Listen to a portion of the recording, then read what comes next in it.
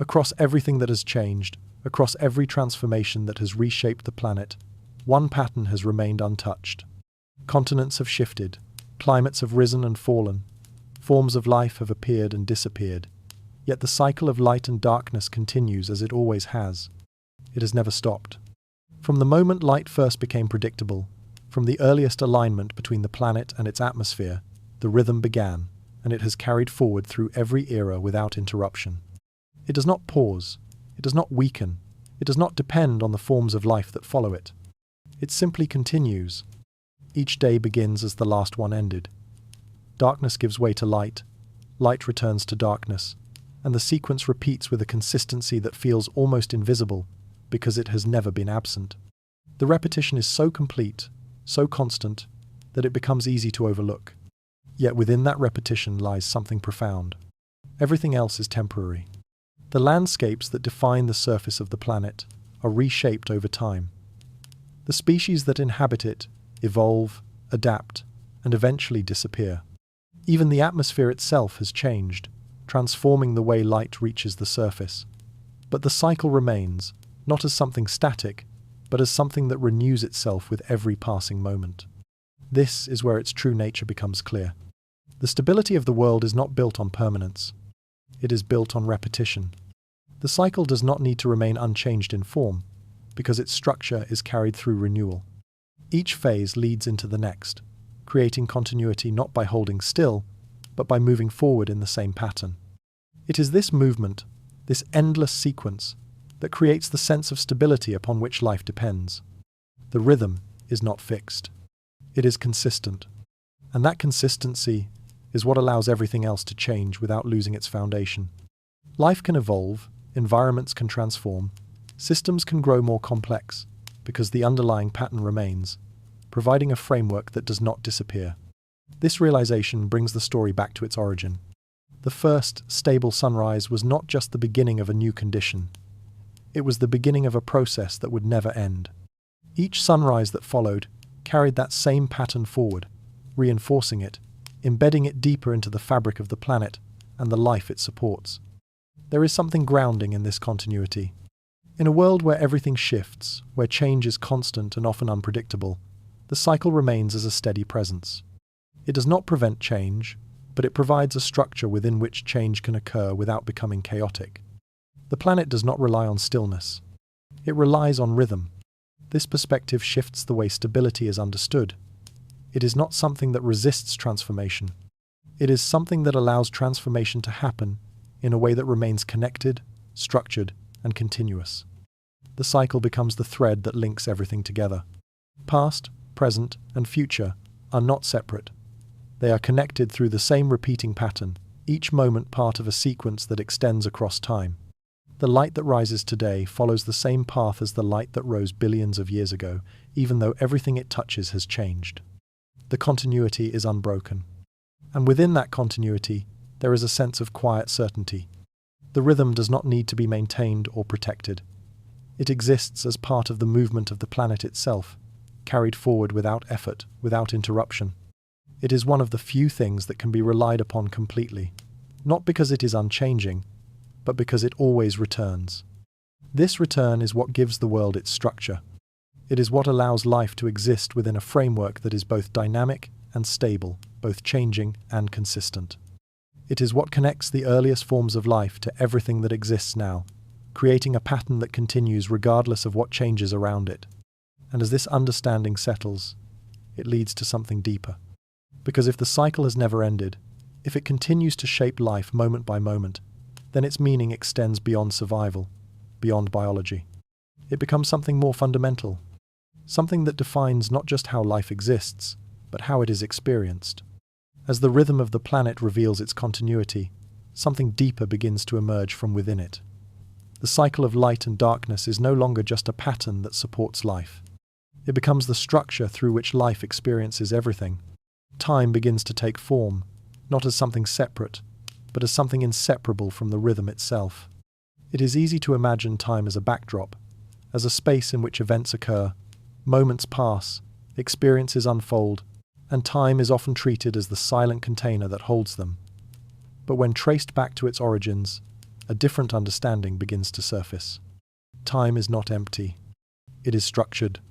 The repetition of light and darkness creates a sequence that allows moments to connect. One phase leads into another, forming a chain that gives meaning to what comes before and what comes after.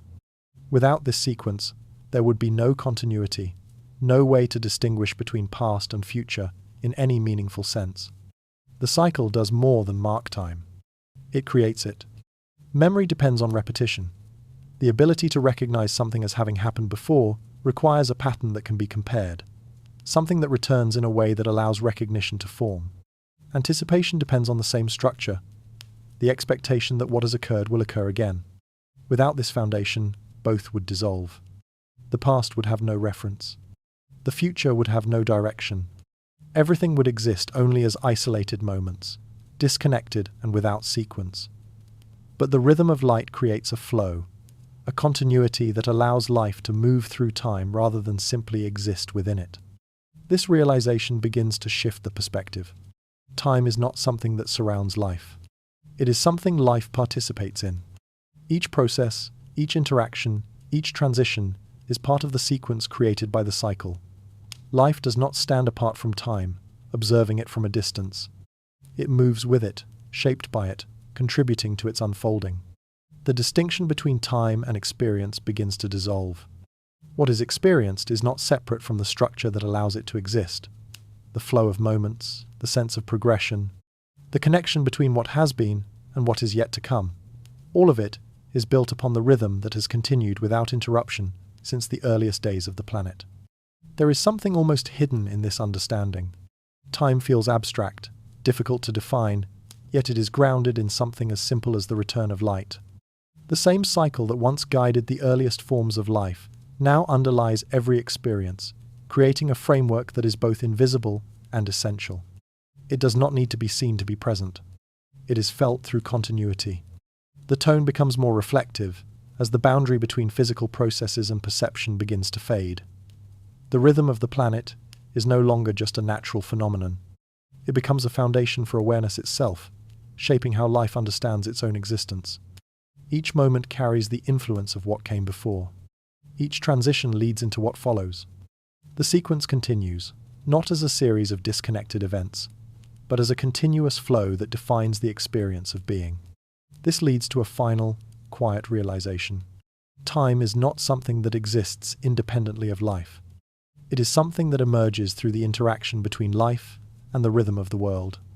The cycle provides the structure, but it is through participation that time becomes meaningful. Without life to experience it, the rhythm would still continue, but it would not be known. Without the rhythm, life would exist without sequence, unable to connect moments into a coherent flow. Both are necessary. Both are intertwined. And as this understanding settles, it prepares the story for its final reflection. Because once time is seen not as something external, but as something deeply connected to existence, the question is no longer about how it formed. It becomes about what it means. The story returns, not to an ending, but to a beginning that never truly passed. The first stable sunrise was never a single moment fixed in the distant past. It did not happen once and then disappear into history. It began a pattern, a sequence that continues without interruption, repeating itself across every day that has followed. It is still happening. Each time darkness softens and light begins to rise, the same alignment unfolds. The same transition, once fragile and uncertain, now occurs with a consistency so complete that it feels ordinary. Yet within that ordinariness lies something that has never changed. The first sunrise never ended. It became every sunrise. The light that spreads across the horizon today follows the same process that once marked the beginning of predictability. The same movement of the planet, the same interaction with light, the same gradual shift from darkness into illumination. Everything that made that first stable sunrise possible continues to exist within each one that follows. There is no separation between then and now, only continuation. This realization settles quietly, almost gently. The distance between the ancient past and the present begins to dissolve.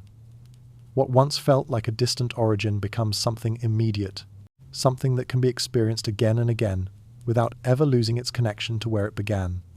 The cycle has no memory, yet it carries its own history. Each sunrise is not a repetition in the sense of copying what came before. It is a continuation, part of a sequence that extends across time without interruption. The pattern remains the same, even as everything else around it has changed. The continents beneath the light are different. The life that receives it has evolved. The atmosphere through which it passes has transformed. And yet, the rhythm continues as it always has. This continuity creates a quiet sense of connection.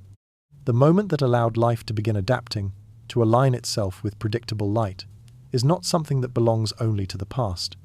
It exists within the present, unfolding with each cycle, shaping the world in ways that remain constant even as everything else changes. There is something deeply personal in this realization. The same light that once guided the earliest forms of life now reaches every moment of human experience. The same transition from darkness to light that allowed time to take shape still defines the flow of each day. It is not something that can be separated from existence. It is part of it. The viewer is not outside this process. They are within it. Every morning that feels familiar, every gradual return of light that signals the beginning of a new day, carries the same pattern that began billions of years ago. The experience may feel ordinary, but its origin is anything but. It is ancient. It is continuous. It is unchanged in its essence. The tone becomes calm, almost meditative, allowing the weight of this connection to settle without force. There is no need for a dramatic conclusion, no need to bring the story to a final point, because the story does not end. It continues. The cycle moves forward, just as it always has, carrying with it the same rhythm that shaped the earliest moments of life. Each sunrise leads into the next, each transition part of a sequence that has no final boundary. The first sunrise still lives, not as a memory, but as a process that never stopped. And as the light returns again, as it spreads across the surface of the planet in the same quiet way, it becomes clear that this is not something being remembered. It is something being experienced. Again and again, without end. As behavior becomes more structured and aligned with the rhythm of light and darkness, the world begins to change in a way that extends beyond individual survival. What once existed as isolated actions now begins to overlap, creating moments where different forms of life encounter one another within the same phases of the cycle. These encounters are no longer random. They begin to follow time. When light returns, certain forms of life become active, moving, gathering, transforming energy in ways that align with brightness. At the same time, other forms respond to this activity, not by chance, but because their own behaviors have also become synchronized with the same phase. The result is interaction repeated, patterned, and increasingly predictable. Feeding begins to follow timing. Some forms depend on the activity of others, and that activity now occurs within specific windows created by the cycle. When light rises, opportunities appear. When it fades, those opportunities shift or disappear. The connection between one system and another becomes tied not just to presence, but to when that presence occurs. This introduces a new layer of complexity. Relationships begin to form, not through intention, but through alignment. Predators and prey, though still simple in their interactions, begin to move within the same rhythm. One becomes active when the other is present, creating a dynamic that repeats with each cycle. The encounter is not guaranteed, but it becomes more likely, shaped by the shared timing that governs both. There is a quiet tension in this. The world appears calm, guided by a steady rhythm, but beneath that calm, interactions are becoming more intricate.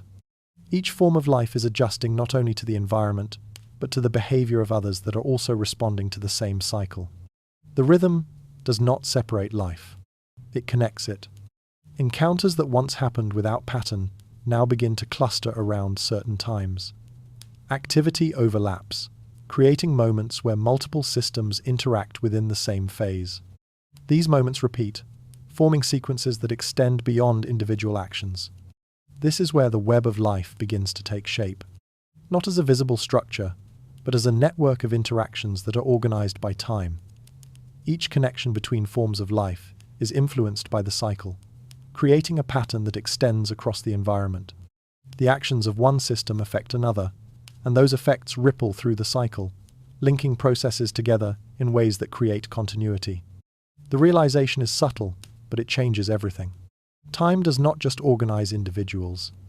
It organizes interactions. The rhythm of light and darkness becomes the framework within which relationships form, develop, and persist. It determines when encounters are possible, when they are likely, and when they fade. It shapes not just how life exists, but how life connects. This connection introduces a new kind of stability. Interactions that repeat become more reliable. Patterns of behavior begin to align not only with the environment, but with each other. The world becomes a place where relationships can form, not because they are designed, but because they are supported by the rhythm that governs everything. At the same time, this structure allows for variation. Different forms of life occupy different phases, creating a balance between overlap and separation. Some interactions occur during light, others during darkness, each contributing to the overall flow of the system. The cycle creates opportunities for connection, while also allowing space for diversity. The tone of the world shifts once again. It is no longer just a place where life responds to conditions. It becomes a place where life interacts, where each system influences others in ways that extend beyond itself. The rhythm of the planet creates a stage upon which these interactions unfold, guiding them without controlling them. And as these interactions continue to develop, they begin to move beyond simple encounters. Because once life begins to align not only with the environment but with each other, the next step is not just interaction, it is dependence. As interactions between forms of life become more structured, something unexpected begins to emerge from within that structure. The rhythm, that once seemed to divide life into separate phases, now begins to connect those phases in ways that allow different systems to depend on one another. What begins as overlap becomes cooperation. The cycle of light and darkness creates conditions where certain processes are more active during specific phases. Some forms of life gather and transform energy when light is present, building resources that extend beyond their own immediate needs. Others become active during darkness, when those resources can be used, reshaped, or redistributed in ways that continue the flow of the system. This exchange is not planned. It is enabled. The predictability of the cycle allows relationships to form, not through intention, but through repetition. When conditions repeat, the same interactions occur again and again, reinforcing connections between different forms of life. What begins as coincidence becomes pattern, and that pattern becomes stability. One system produces, another utilizes. One phase builds, another transforms. Each depends on the other, not because they are designed to cooperate, but because the rhythm of the environment supports their connection. This is where the nature of the world begins to shift, in a quiet but profound way. Competition still exists, shaped by the same alignment with time, but it is no longer the only force guiding interactions. Cooperation begins to emerge as an equally important part of the system, creating pathways through which life can sustain itself more effectively. The cycle does not simply create opportunities for survival. It creates opportunities for connection. As these connections strengthen, they begin to form networks of dependence that extend across multiple phases of the cycle. A process that begins in light does not end when darkness arrives. It continues, carried forward by systems that operate in the absence of light, ensuring that the flow of energy and activity remains unbroken. This continuity creates balance. No single system needs to operate in isolation. Each becomes part of a larger sequence, contributing to a process that extends beyond itself. The rhythm of the planet allows these sequences to repeat, reinforcing them, stabilizing them, making them more reliable with each cycle. The realization that follows is both subtle and transformative. Some of the most complex systems in life are not built on competition alone. They are built on cooperation within the cycle. The stability of the environment makes this possible. Without repetition, these connections would remain fragile, unable to persist long enough to become established. But with a predictable rhythm, relationships can form, adapt, and strengthen over time.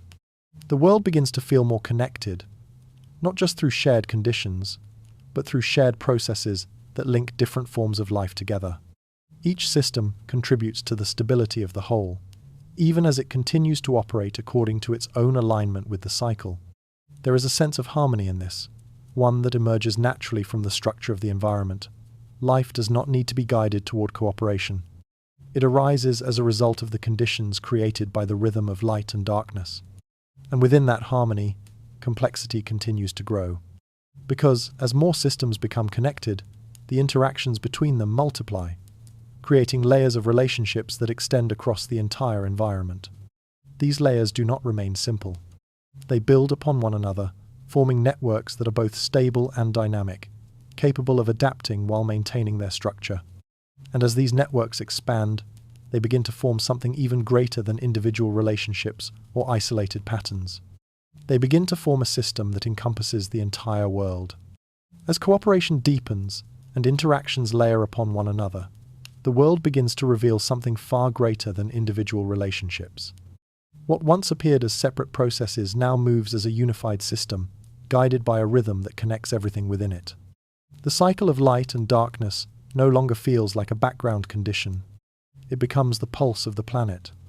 When light returns, activity rises across countless forms of life. Processes begin, interactions unfold, energy moves through systems that are aligned with the brightness. Growth, transformation, and movement occur not in isolation but in coordination, each system contributing to a larger flow. When darkness follows, the shift is immediate yet seamless. Activity changes, but it does not disappear. Instead, it transitions into a different phase, one where other processes take over, continuing the movement of energy and interaction in a way that preserves continuity. The planet does not stop. It cycles. This cycling creates a pattern that repeats with such consistency that it begins to resemble something alive. Not in the sense of a single organism, but as a network of processes that move together, each part influencing the others, each phase leading into the next.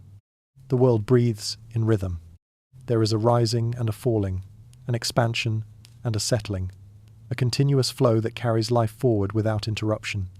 Each cycle reinforces the structure, strengthening the connections between systems, allowing them to operate not as isolated parts, but as elements of a greater whole. This is where the scale of the transformation becomes clear. Life is no longer simply adapting to the environment. It is participating in a system that moves with time. Every interaction, every process, every transition is shaped by the same underlying rhythm.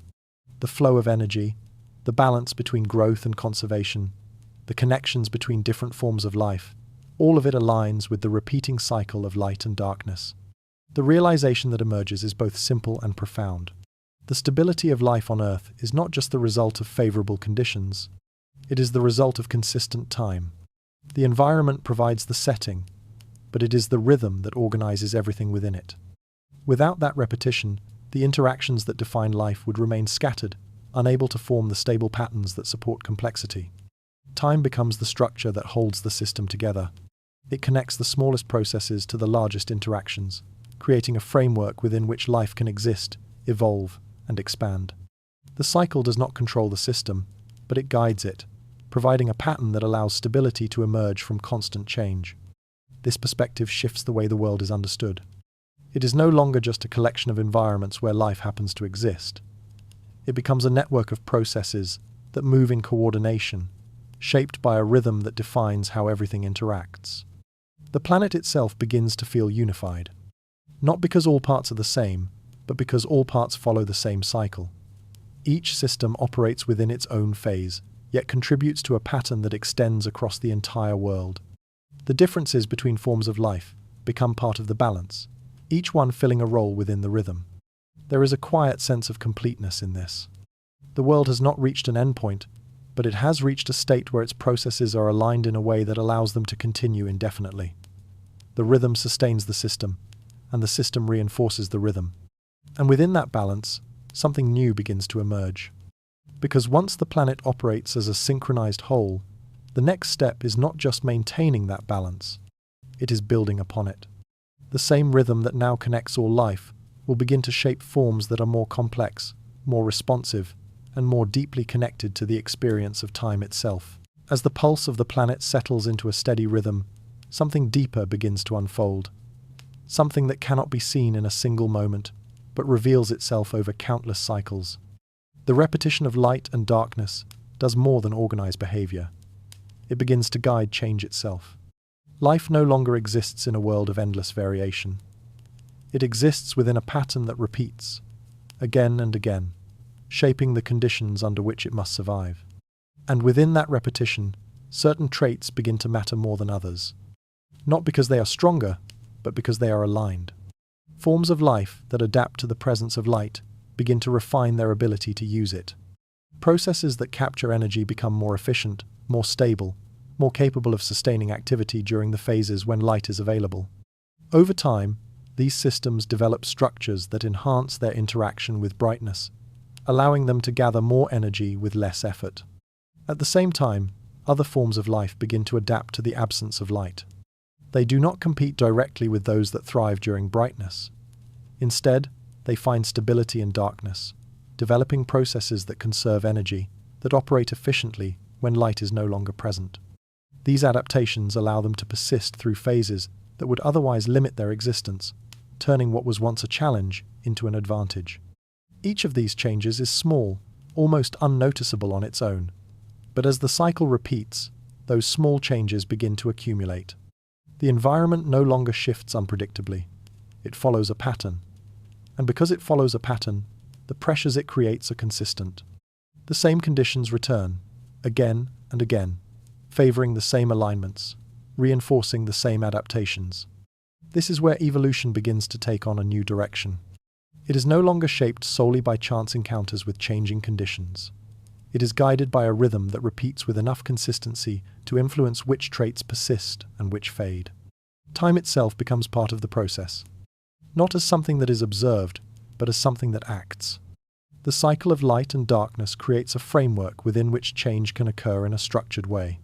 It determines when energy is available, when it must be conserved, when processes can expand, and when they must stabilize. And within that framework, life begins to evolve in ways that reflect the timing of the world around it. The realization settles slowly, almost quietly. Evolution is not just responding to the environment, it is responding to the rhythm of the environment. The difference is subtle, but it carries immense significance. A world without repetition would produce changes that are scattered, disconnected, and difficult to sustain. But a world with a repeating cycle creates pathways, directions along which life can develop, refine, and grow more complex over time. The cycle does not dictate outcomes, but it shapes possibilities. It creates conditions that favor alignment, encouraging forms of life to become more specialized in how they interact with different phases. Some become increasingly efficient in capturing light, others in enduring darkness, and still others in transitioning between the two. With each cycle, these adaptations are reinforced. With each repetition, they become more defined. And over time, the accumulation of these changes leads to something entirely new. Complexity, not as a sudden leap, but as a gradual layering of adaptations, each one building upon the last, each one shaped by the same repeating pattern that governs the planet. The world begins to feel guided, not by intention, but by consistency. The rhythm of light does not force evolution in a single direction, but it creates a structure within which certain directions become more likely. It narrows the possibilities, focusing change along pathways that align with the cycle. And as those pathways become more established, life begins to develop forms and behaviors that reflect not just survival, but efficiency, coordination, and balance. The process continues, quietly and steadily, shaping the future in ways that are not immediately visible. Because once evolution begins to follow a rhythm, the next step is not just adaptation, it is transformation into something more intricate, more connected, and more capable of responding to the world in increasingly complex ways. As the rhythm of light and darkness continues without interruption, something remarkable begins to unfold within the living world. The steady repetition of the cycle does not simply support survival. It creates space for something more intricate to emerge, something that could not exist in a world without pattern. Life, once defined by simple reactions, begins to layer its processes in ways that extend beyond immediate necessity. The predictability of the environment allows systems to specialize, to refine certain functions while relying on the stability of others. Instead of doing everything at once, organisms begin to divide their activities across phases, aligning different processes with different moments in the cycle. This division creates efficiency. Energy gathered during light can be stored and used later, Processes that require stability can unfold during darkness. Systems no longer need to operate under constant uncertainty. They can depend on the return of conditions that support their function. And within that dependence, new possibilities begin to form. Structures emerge that are designed not just to react, but to manage. Ways of storing energy become more effective, allowing life to carry resources across phases of the cycle. Internal systems become more organized, coordinating multiple processes so they can function together rather than independently. Each of these changes builds upon the last. None of them appear suddenly. There is no single moment when complexity arrives. Instead, it grows gradually, formed by countless small adaptations that accumulate over time. Each cycle reinforces what works, refining processes that align with the rhythm and allowing them to become more advanced with each repetition. This is where diversity begins to expand. As organisms specialize, they begin to occupy different roles within the cycle. Some focus on gathering energy, others on transforming it, others on conserving and redistributing it.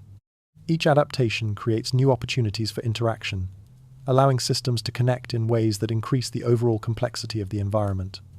Life is no longer a collection of similar processes repeating the same actions. It becomes a network of varied systems, each contributing to a larger structure. The realization that follows is subtle, but it changes the way the process is understood. Complexity does not arise in spite of stability. It arises because of it. In a world without predictable cycles, there is no foundation upon which these layers can form. Without repetition, there is no opportunity to refine processes, no way to build upon previous states. But with a stable rhythm, each phase connects to the next, allowing changes to persist, to evolve, to grow more intricate over time. Order creates the conditions for innovation. The cycle does not limit life, it enables it. The more consistent the pattern becomes, the more life can rely on it, and the more it can expand beyond simple survival. Systems begin to interact in ways that create feedback loops, where the output of one process becomes the input for another, forming chains of activity that extend across the environment. These chains grow longer, more connected, more complex with each passing cycle. And as they do, the world begins to take on a new quality. It becomes layered. Processes are no longer isolated or singular. They overlap, interact, and depend on one another in ways that create depth. The environment becomes richer, not just in the variety of life it contains, but in the relationships that connect that life together. This richness is not random. It is shaped by the rhythm that underlies everything. Each adaptation, each new structure, each interaction is influenced by the repeating cycle that provides the framework within which all of it exists. And as this complexity continues to grow, it does not remain separate from that rhythm. It begins to integrate with it more deeply, embedding the cycle into the very structure of life itself. Because once complexity takes hold, the next step is not just growth, it is permanence. The rhythm that formed in those distant, unstable beginnings did not fade as the world changed. It did not weaken as life grew more complex, or as the environment transformed across vast spans of time. Instead, it remained, carried forward through every stage of evolution, embedded deeper with each passing cycle, until it became impossible to separate from life itself. What began as a fragile alignment between light and response has become something permanent. The cycle continues, not as a relic of the past, but as a force that shapes the present in ways that are often overlooked.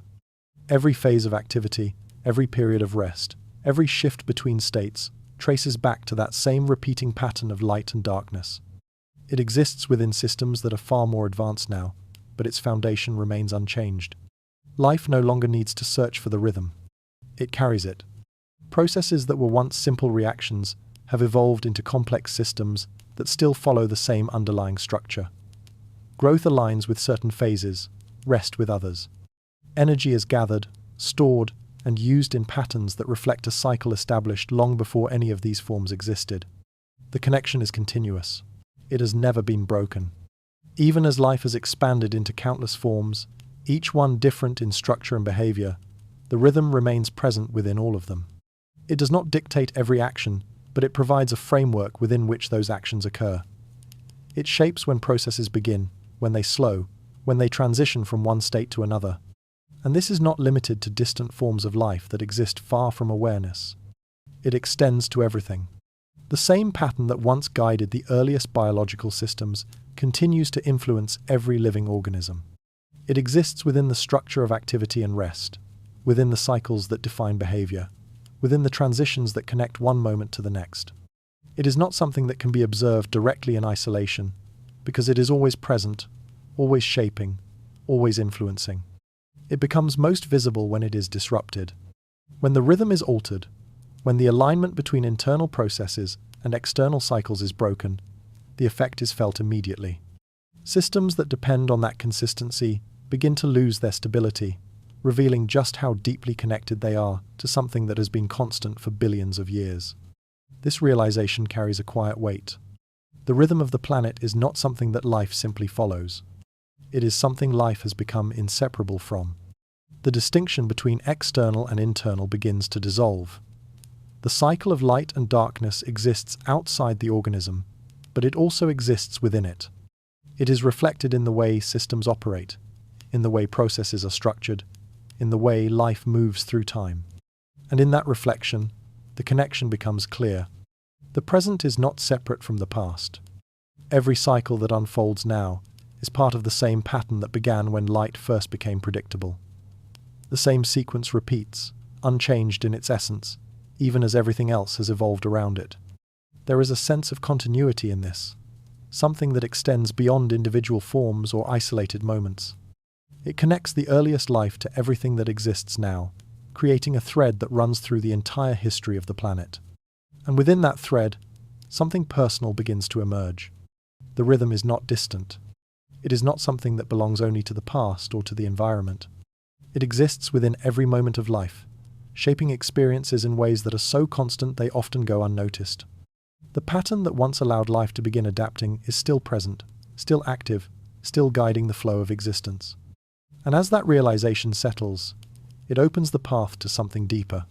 Because once the rhythm is understood as something embedded within life, the next question is no longer about how it formed. It becomes about how it continues to shape perception, behavior, and the way life experiences time itself. As the rhythm of light and darkness becomes more stable, the world begins to change in a way that is no longer quiet or passive. What once existed as simple alignment now starts to influence survival itself. The cycle does not merely guide behavior anymore. It begins to shape which behaviors endure. Life, still without awareness, begins to act as though it is making choices. Some forms become more active when light returns, using that phase to gather energy, to grow, to sustain the processes that depend on brightness and warmth. Others begin to shift away from that period, finding stability in the quieter phases of darkness, where competition is lower and conditions, though different, offer their own advantages. These are not decisions made in thought. They are outcomes shaped by repetition. Those that happen to align their activity with the most favorable conditions begin to persist more reliably. Those that do not find themselves out of sync with the world around them, expending energy at the wrong time, responding too late or too early to changes that now follow a pattern. This is where the rhythm of the planet transforms into something more powerful. It becomes selective. The cycle of light and darkness begins to act as a quiet filter, shaping which forms of life continue and which slowly disappear. It does not do so with force or intention, but through consistency. The same pattern repeats again and again, and within that repetition, certain alignments prove more effective than others. Energy becomes more than something to acquire. It becomes something to manage in relation to time. Organisms that synchronize their activity with periods of light gain access to energy when it is most available. They use it efficiently, building processes that take advantage of consistency. Those that operate outside of that alignment expend energy without the same return, struggling to maintain stability in a world that now rewards timing. At the same time, darkness, once seen as absence, begins to reveal its own role. It offers a different kind of opportunity. In the absence of light, certain processes can continue without interruption from those that dominate the brighter phases. Life begins to separate, not just by form, but by timing. The world is no longer a shared space experienced in the same way by everything within it. It is divided by when. This division introduces a quiet tension beneath the surface. The environment appears calm, guided by a repeating rhythm, but within that rhythm, competition is forming. Not through direct conflict, but through alignment. Each form of life exists within the same cycle, yet experiences it differently depending on when it acts. And over time, those differences begin to matter. The idea that survival depends on strength alone begins to dissolve. It is no longer enough to endure. It becomes essential to align. The ability to act at the right time, to conserve energy when conditions are less favorable, to respond in a way that fits the cycle, these become the factors that determine which systems remain stable. The world has not become harsher, but it has become more defined. And within that definition, there is less room for randomness. The cycle repeats with enough consistency that misalignment carries consequences. Processes that once survived through chance now face a pattern that rewards precision, even in its earliest form. Life begins to adapt, not just to the environment, but to the timing of the environment. This is the beginning of something deeper. The rhythm of the planet is no longer just a background condition. It is a force that shapes the direction of life, guiding it toward forms that can exist in harmony with its cycles. And as this shaping continues, it leads to a new kind of organization, one where life does not simply align with the cycle, but begins to specialize within it. Because once timing becomes essential, the next step is not just to follow the rhythm, but to find a place within it. As the rhythm of light and darkness settles into something reliable, life begins to spread itself across that rhythm in ways that were never possible before. What once existed as a shared experience, every form responding to the same uncertain conditions, begins to divide into distinct phases. Not by design, not through intention, but through the quiet influence of adaptation. Some forms of life begin to align more closely with the presence of light. Their processes become increasingly dependent on brightness, drawing energy directly from it, building structures that function best when the world is illuminated. These systems grow more efficient with each cycle, refining their ability to use light as a primary source of stability. At the same time, other forms begin to drift away from this alignment, not because they cannot function in the light, but because they begin to find consistency in its absence. Darkness, once a condition of uncertainty, becomes something else entirely. It offers a space where certain processes can unfold without interruption, where competition from light-dependent systems is reduced, where stability exists in a different form. The absence of light no longer represents a pause in existence. It becomes a phase with its own structure. This is where the division takes hold. Life begins to separate itself, not by location, but by time. Some systems become active during the presence of light, expanding, growing, and interacting within that phase. Others become active during darkness, shifting their processes to align with the quieter conditions that follow. Each group finds its place within the same cycle, but experiences it differently. The result is not conflict, but distribution. Resources that once had to be shared simultaneously are now used across different phases. Energy is gathered at one time, conserved at another, utilized in ways that reduce direct competition. The cycle of the planet creates space, not by expanding the environment, but by dividing it into moments. This division allows diversity to grow. Forms of life that might have struggled to coexist within the same conditions now find stability by occupying different parts of the cycle. Each adaptation builds upon the last, creating systems that are more specialized, more efficient, more aligned with the phase they inhabit. And within this specialization, a quiet transformation occurs. Darkness is no longer seen as a limitation. It becomes an opportunity.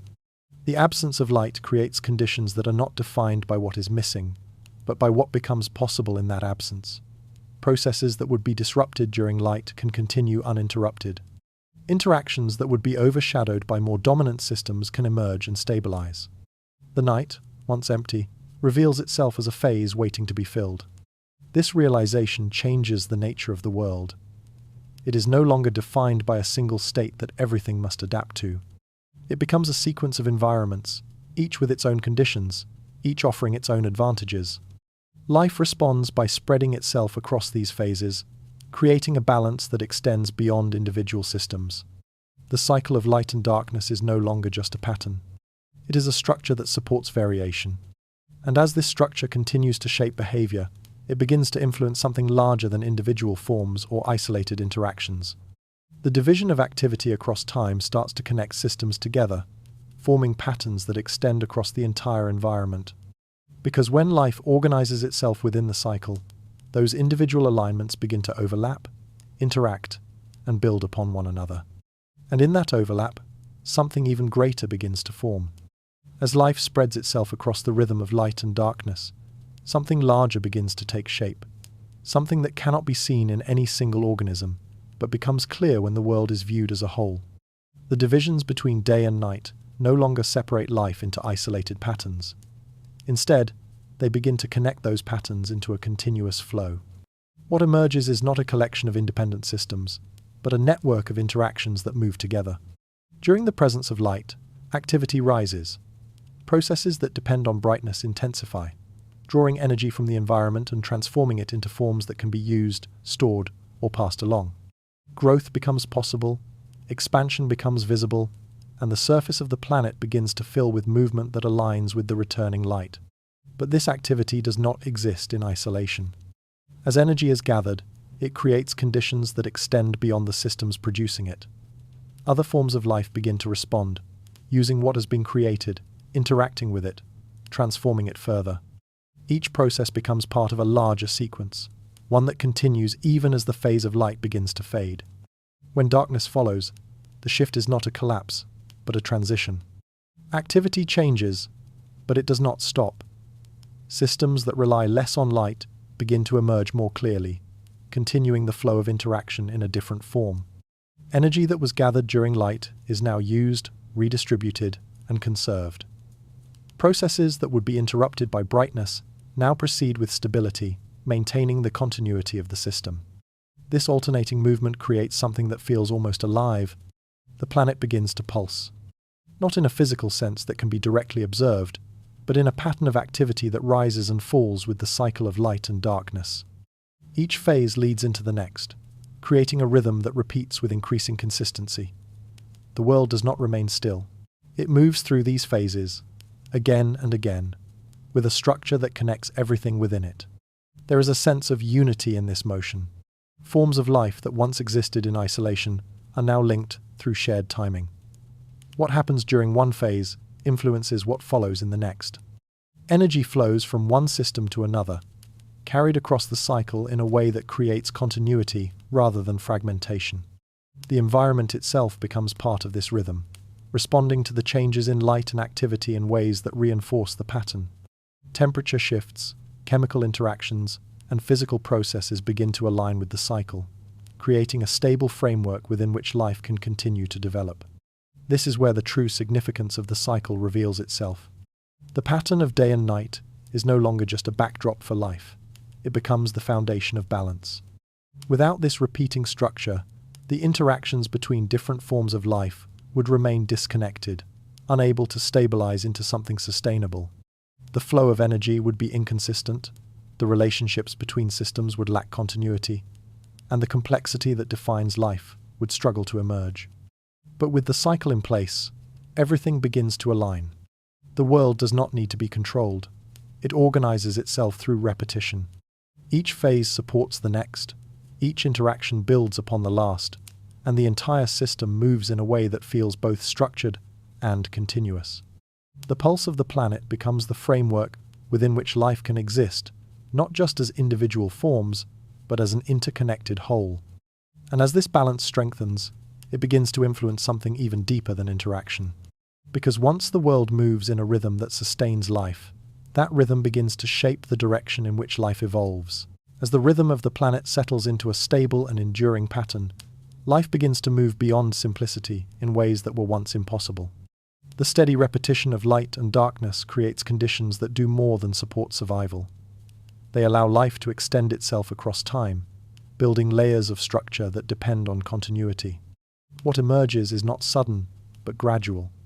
Organisms begin to exist for longer periods, sustained by systems that can rely on the return of light and the predictability of its absence. Growth no longer happens in isolated bursts. It unfolds across cycles, each phase contributing to a process that continues beyond a single moment. Development becomes something that can be carried forward, shaped by sequences rather than interruptions. This continuity allows complexity to take form. Structures within life begin to specialize, dividing functions in ways that require coordination across time.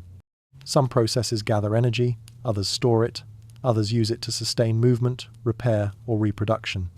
Each of these functions depends on timing, aligning with phases of the cycle that support their activity. The organism becomes a system of systems, no longer defined by a single reaction, but by a network of processes that must work together, each one dependent on the others, each one connected to the rhythm of the environment. The cycle of light and darkness becomes embedded in the way these systems operate, shaping not just behavior, but the very structure of life. Growth follows timing. Reproduction aligns with conditions. Movement responds to phases. Every aspect of existence begins to reflect the rhythm that underlies the planet. This creates a new level of stability. Life is no longer fragile in the same way it once was. It can persist through changes because those changes are predictable. It can prepare for what is coming, adjust its processes, and maintain continuity across cycles. The ability to depend on repetition allows systems to become more intricate, more refined, more capable of sustaining themselves over longer periods. The realization that follows is both subtle and profound. Complexity is not built on structure alone. It is built on timing. Without a consistent cycle, these layered systems could not exist. The coordination required to maintain multiple processes depends on a framework that connects one phase to the next. Without that connection, complexity would collapse into fragmentation, unable to sustain itself. The rhythm of the planet provides that framework. It allows life to organize itself not just in space, but in time. Each process has a place within the cycle. Each function aligns with a phase, creating a balance that supports the growth of more advanced forms. The environment no longer limits complexity. It enables it. And as this complexity continues to develop, it brings with it new possibilities. Interactions become more intricate. Behaviors become more varied. Structures become more specialized. The world begins to fill with forms of life that are capable of responding to their environment in increasingly sophisticated ways. Each adaptation builds upon the last, creating layers of organization that extend beyond simple survival. The tone of the world shifts once again. It becomes richer, more detailed, more dynamic. Life is no longer defined by basic processes. It becomes a tapestry of interactions, structures, and behaviors that reflect the depth of its evolution. The rhythm that once guided the simplest systems now supports forms that are capable of complexity in ways that were once unimaginable. And within that complexity, something begins to change. Because as life becomes more structured, more coordinated, more dependent on timing, it begins to move closer to something new. Not just alignment with time, but awareness of it. The same rhythm that once shaped behavior from the outside and then from within now begins to influence how life experiences the flow of existence itself. As complexity deepens and life becomes more structured, the relationship between organisms and the rhythm of the planet begins to shift once again. What was once an external guide, something followed through alignment and reaction, starts to move inward. The cycle is no longer only something life responds to. It becomes something life carries within itself. Organisms begin to anticipate changes with increasing precision. Activity does not simply begin when light appears. It starts before it arrives, as though something inside is preparing for what is about to happen. Processes adjust in advance, shifting in ways that suggest an awareness not of the present moment, but of what comes next. This anticipation creates a new kind of interaction with the world. Life is no longer only synchronized with the cycle. It becomes predictive. The difference is subtle, yet profound. Instead of waiting for signals from the environment, organisms begin to rely on internal patterns that mirror the external rhythm. These patterns allow them to act in alignment with changes that have not yet occurred, creating a sense of continuity that extends beyond immediate perception. The world begins to feel more connected, not because it has changed, but because life now experiences it differently. The flow of time is no longer something that is only observed through external conditions. It is something that is felt from within, carried through processes that repeat with consistency even in the absence of direct signals. This is where a deeper transformation takes place. Biological systems begin to generate their own rhythms. These internal cycles do not depend entirely on the presence of light. They continue even when external cues are altered, maintaining a pattern that reflects the rhythm of the environment, but is no longer fully controlled by it. The connection between internal and external begins to shift, creating a system that can sustain itself through its own timing. This is the first true sense of time. Not as a concept, not as something understood or measured, but as something experienced internally. The organism no longer needs to rely entirely on what it detects. It carries a pattern that allows it to move through phases with a sense of continuity that originates from within. The realization is quiet, yet it changes everything. Time is no longer only part of the environment. It becomes part of life itself. The implications of this shift extend beyond simple behavior. The ability to anticipate, to prepare, to align with expected changes creates a level of stability that allows life to operate with greater efficiency. Energy can be managed more effectively, processes can be coordinated with greater precision, and responses can occur at the most advantageous moments. This internal sense of time becomes a foundation for more advanced forms of interaction. It allows life to move beyond immediate reaction, creating a framework within which more complex behaviors can emerge. The organism begins to operate within a timeline, not just a sequence of moments, shaping its actions in relation to both past patterns and future expectations. The tone of this transformation becomes more introspective. It invites a reflection that extends beyond the distant past. If the sense of time begins within life itself, if it is carried through internal rhythms that mirror the cycle of the planet, then the experience of time is not something separate from existence. It is woven into it. The same process that allowed the earliest organisms to anticipate light now continues within more complex forms, shaping how they move, how they rest, how they interact with the world around them. The connection remains unbroken, and as this internal rhythm strengthens, it begins to influence not just how life aligns with the cycle, but how it uses that alignment to shape its own future. Because once time is carried within, the next step is not just to feel it. It is to act upon it in ways that transform survival itself. As the rhythm of time settles within living systems, something begins to emerge that is no longer purely biological, yet cannot exist without biology. The internal patterns that once guided simple processes now begin to create a framework that reaches beyond survival, beyond behavior, into something more difficult to define. The earliest foundation of experience. Life has already learned to anticipate, to align, to respond not only to what is present, but to what is expected. These abilities, built slowly through repetition, begin to layer upon one another. Sensitivity to timing becomes memory of patterns. Anticipation becomes a sense of sequence. Reaction becomes coordination across moments. And within these layers, something new begins to take shape. The world is no longer only something that happens, it becomes something that unfolds. This unfolding creates a distinction that did not exist before. There is now a sense of before and after, of what has occurred and what is about to occur. The cycle of light and darkness, once an external rhythm, now exists as an internal reference, shaping how life moves through time. This is where the roots of awareness begin. Not as a sudden awakening, not as a moment where life suddenly understands itself, but as a gradual construction built upon timing. The ability to connect moments, to carry patterns forward, to align actions with sequences, all of these create the earliest framework within which conscious experience can eventually emerge. It is not the presence of light alone that makes this possible. It is its predictability. The steady return of light allows patterns to form, and those patterns allow systems to develop continuity. Without that continuity, there would be no way to connect one moment to the next, no way to build the layers that give rise to experience. The realization is quiet, but profound. The experience of time itself, past, present, and future, can be traced back to the moment light became predictable.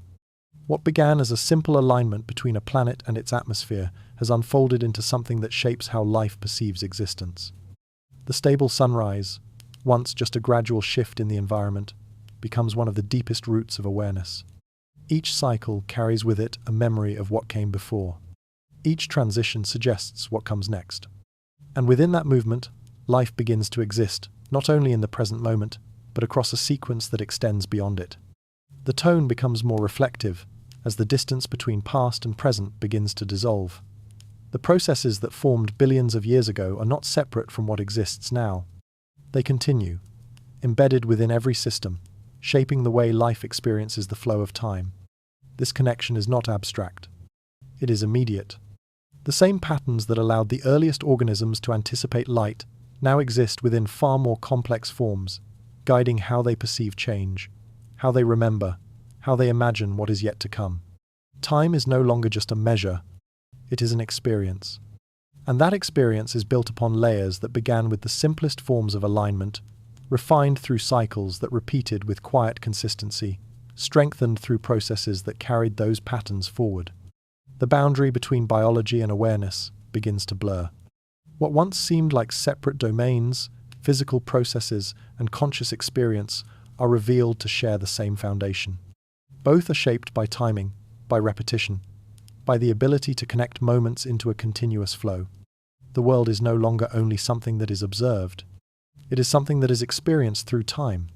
And as this realization settles, it brings with it a deeper understanding of the present. The sense of time that feels so immediate, so natural, so inseparable from existence, is not something that appeared suddenly. It was built, slowly, quietly, across countless cycles. And as the story moves forward, that ancient rhythm does not remain in the past. It continues, shaping not only the foundations of life, but the way life exists now, in forms that are far more complex, yet still connected to the same origin. At first, nothing seemed different. The sky still shifted, the air still moved, and light still came and went without announcing its arrival. But beneath that familiar uncertainty, something subtle had begun to change. The atmosphere, once thick and restless, was slowly losing its resistance. Layers that once blocked and scattered light with constant unpredictability began to thin, almost imperceptibly, allowing more of that distant brightness to reach the surface in a slightly more consistent way. It was not a sudden clearing. There was no moment when the sky opened completely, or when light suddenly became reliable. Instead, it happened in fragments, spread across countless cycles of change. The difference was so small that nothing within the world could recognize it at first. But it was there, quietly forming, as the same processes that once disrupted order began to settle into something more stable. Light arrived, as it always had. But now, after fading, it returned again in a way that felt almost familiar, not identical, not precise, but similar enough that it carried a trace of recognition. And then it happened again, and again. Each return slightly closer to the last, each absence slightly more temporary. The shift was so gradual that it did not announce itself as a transformation. There was no boundary between chaos and order, no clear line where unpredictability ended and pattern began. Instead, the world moved through a phase where both existed together, overlapping in a quiet tension. Light still disappeared without warning, but it also began to reappear with a faint sense of consistency that had never been present before. It is here that something profound begins to take shape, though it remains almost invisible. The rotation of the planet, which had always been steady, begins to align with the behavior of the atmosphere. Not perfectly, not completely, but enough to allow the movement of the planet to influence the presence of light in a more predictable way. The sky, once entirely independent of that motion, begins to follow it, even if only slightly. This alignment is not forced, it emerges naturally, as the atmosphere cools and settles, as particles fall out of suspension, as gases redistribute and stabilize. Each small adjustment contributes to a larger shift, one that slowly transforms how light interacts with the world below. For the first time, the idea of repetition begins to exist. It is fragile, incomplete, and easily disrupted, but it is present. Light no longer feels entirely random. It begins to carry the faint suggestion of a cycle, something that might repeat if given enough time. And with that suggestion comes a quiet change in the nature of the world itself. Conditions that once appeared without warning now begin to follow a loose sequence. Brightness leads to warmth, warmth leads to change, and darkness follows in a way that feels slightly less permanent than before. The transitions are still uneven, but they are no longer entirely disconnected. This is not yet a sunrise in the way it will later be understood. There is no clear beginning, no defined moment where darkness gives way to light in a smooth and reliable progression. But there is something close to it, something that resembles the earliest version of that experience. It is a pattern, not yet stable, but learning how to exist. The significance of this shift is easy to overlook because it does not arrive with intensity. There are no dramatic events, no sudden transformations that demand attention. Instead, it unfolds quietly, building over time, shaping the world in ways that are almost invisible to anything within it. But this is the beginning of something that will define everything that follows. The emergence of repetition creates the first foundation for time as something that can be experienced, not just passed through. It allows the world to begin organizing itself, not perfectly, but enough to create the possibility of structure. And as this faint rhythm continues to strengthen, something else begins to change as well.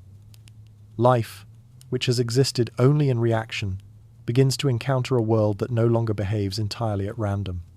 It does not understand what is happening. It cannot recognize the pattern yet, but it is being exposed to something new, something that will soon begin to shape how it exists. Because the moment light repeats, even imperfectly, is the moment life is given its first opportunity to notice. At first, the change in light meant very little to the fragile systems that existed on the surface. Life had spent so long responding only to the present moment that it did not immediately recognize what had begun to form. Light appeared, and it reacted. Light disappeared, and it stopped. That was all it had ever known. But as the faint rhythm strengthened, something subtle began to shift within those living processes. The returns of light, once unpredictable, now carried a loose consistency.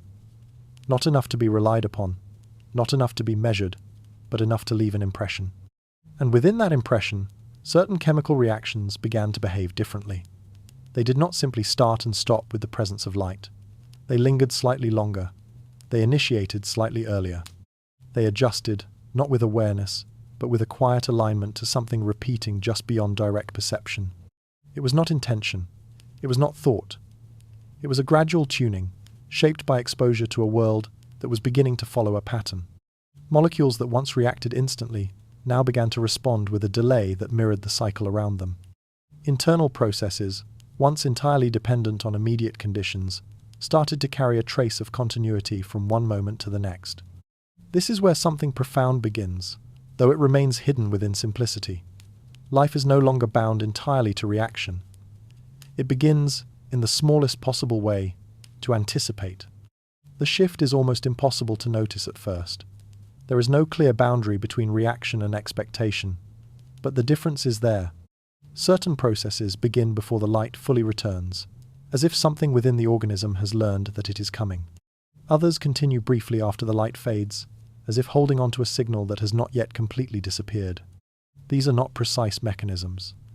They are uneven, inconsistent, and easily disrupted. But they represent the earliest form of something that will later become essential, the ability to align with time. For the first time, life begins to carry a rhythm within itself. This rhythm does not match the external cycle perfectly. It drifts, it adjusts, it sometimes falls out of sync. But it exists, and that existence changes everything. The world is no longer experienced as a series of isolated events. It begins to feel, in some fundamental way, connected. The uncertainty that once defined existence starts to loosen its hold. Light is still not entirely reliable, but it is no longer entirely random. And life, in response, begins to organize itself around that emerging consistency.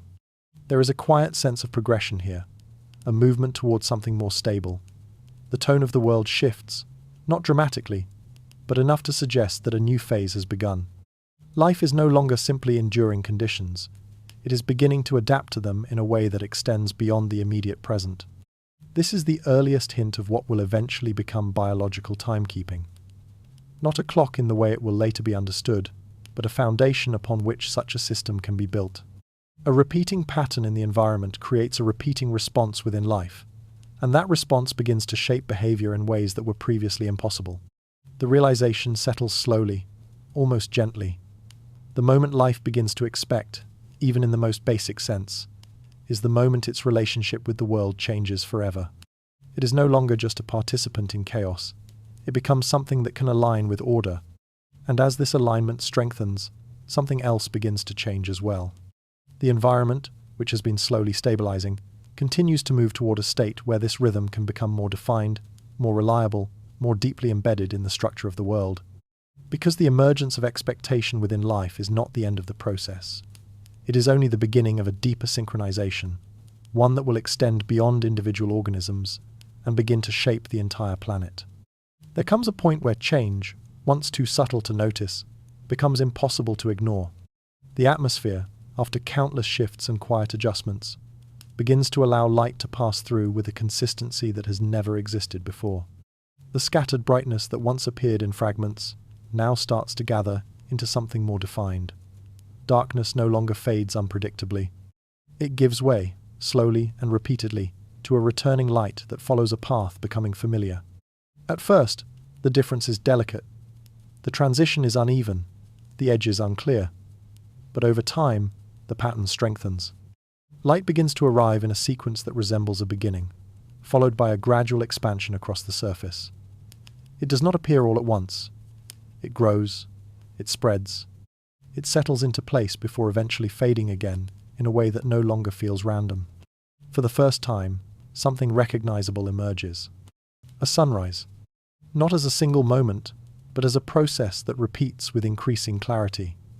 Darkness softens, light returns, and the world transitions through a sequence that can be experienced again and again. It is not perfect, not yet fully stable, but it is consistent enough to create something entirely new, a cycle that can be trusted. This is where the world changes in a way that cannot be reversed. The presence of a reliable sunrise does more than illuminate the surface. It introduces structure into existence.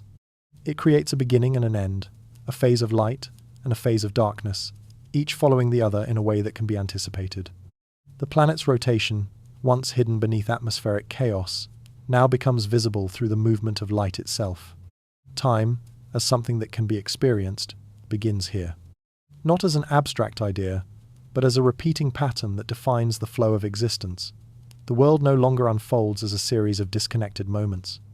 It becomes organized, divided into sequences that follow one another with increasing precision.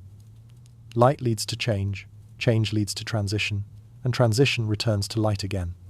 Life, which has already begun to sense the faint rhythm of repetition, now encounters a pattern strong enough to shape its behavior more deeply. The internal adjustments that once struggled to align with an uncertain environment now find something stable enough to follow. Processes become more efficient, responses become more coordinated. The connection between life and its surroundings strengthens in a way that was never possible before. This is not simply a visual transformation. It is the foundation of everything that will follow. The first stable sunrise creates the conditions for life to organize itself, to develop patterns of activity and rest, to build systems that depend on consistency. It allows interactions to form, relationships to develop, and complexity to emerge.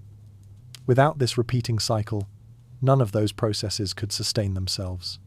The realization settles with a quiet weight. What appears as a simple transition between darkness and light is, in truth, the beginning of a structure that will define the entire future of the planet. Every behavior, every adaptation, every system that will one day exist traces back to this moment, not a single event, but the emergence of a pattern that holds everything together. And as this pattern continues to strengthen, it does not remain isolated. It begins to extend outward, shaping not only individual responses, but the interactions between all forms of life and the environment they share. Because once the sunrise becomes reliable, the world no longer exists in fragments. It begins to move as a system, guided by a rhythm that connects everything within it. And with that connection, a new phase begins, one where the cycle of light and darkness does not simply exist, but actively shapes the path of life itself. Before anything could be called a morning, the world moved in a quiet uncertainty that never settled into pattern. There was light, but it did not arrive with intention. It slipped through the sky in fragments, sometimes strong, sometimes fading, before it could fully reveal the surface below. The planet turned as it does now, yet nothing about that movement created a sense of time. Light did not follow the rotation in any dependable way. It arrived, it disappeared, and then it returned again without warning, as if the sky itself could not decide what it wanted to be. There were moments when brightness spread across the surface, touching oceans that were not yet calm and land that had not yet settled.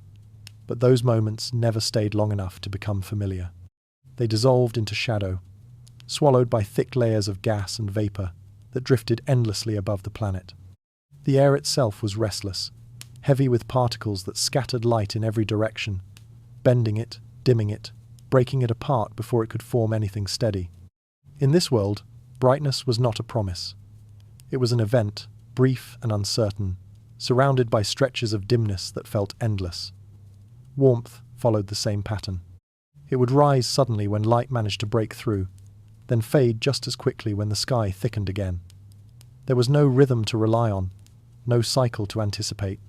For anything trying to exist here, the world offered no guidance. Early life, if it could be called that, did not grow with confidence. It responded only to what was present in each fleeting moment. When light appeared, processes would begin, fragile and incomplete. When darkness returned, those processes would stall or collapse, unable to continue without a signal that might never come back. There was no memory to build upon, no repetition to learn from. Each moment stood alone, disconnected from what came before and uncertain of what might follow. In a place like this, even the idea of a day had no meaning. The planet rotated, but that rotation did not create structure. It passed unnoticed, hidden beneath a sky that refused to reveal its pattern. Time, as it would later be understood, had not yet formed.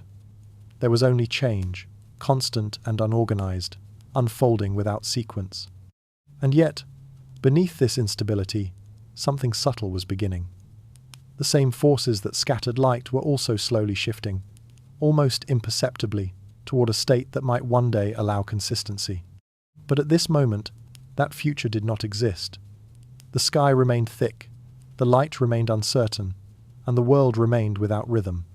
If the sun rose, it did so without promise, without pattern, without any guarantee that it would return in a way that could be recognized.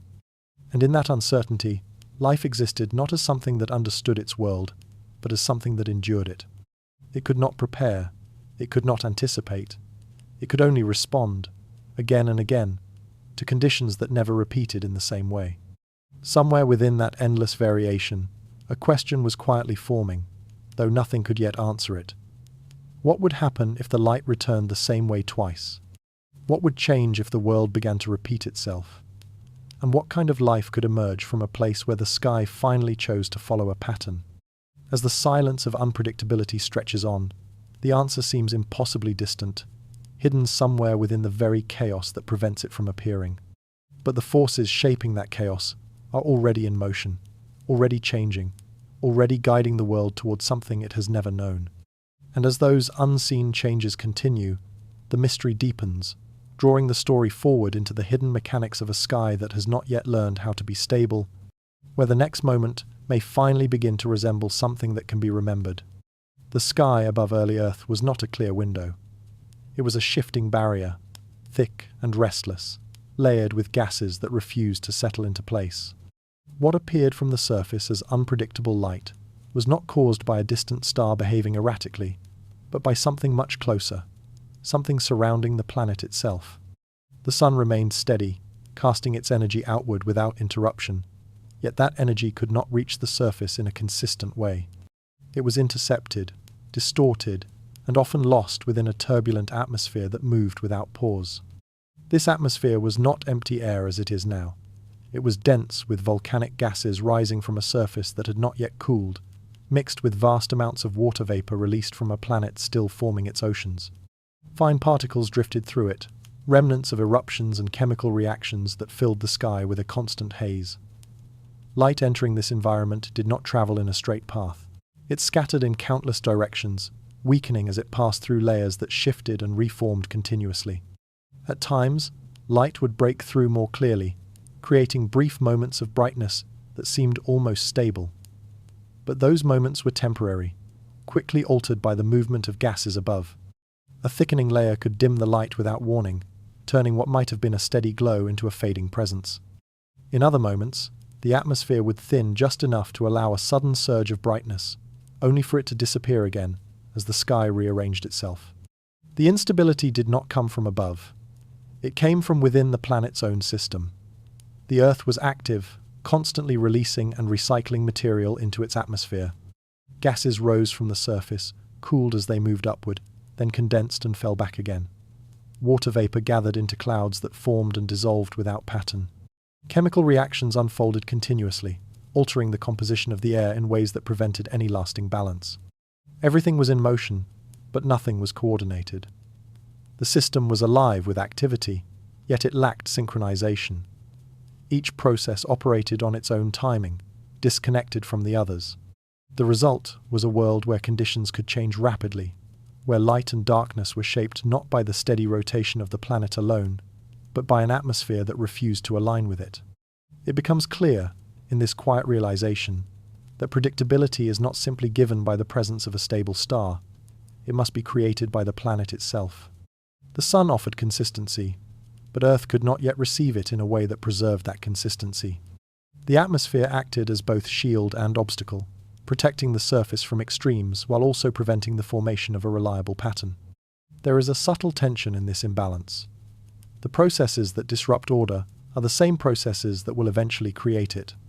The rising and falling of gases, the constant exchange between surface and sky, the endless shifting of particles, all of it is part of a system that is slowly moving towards stability, even if that movement cannot yet be seen.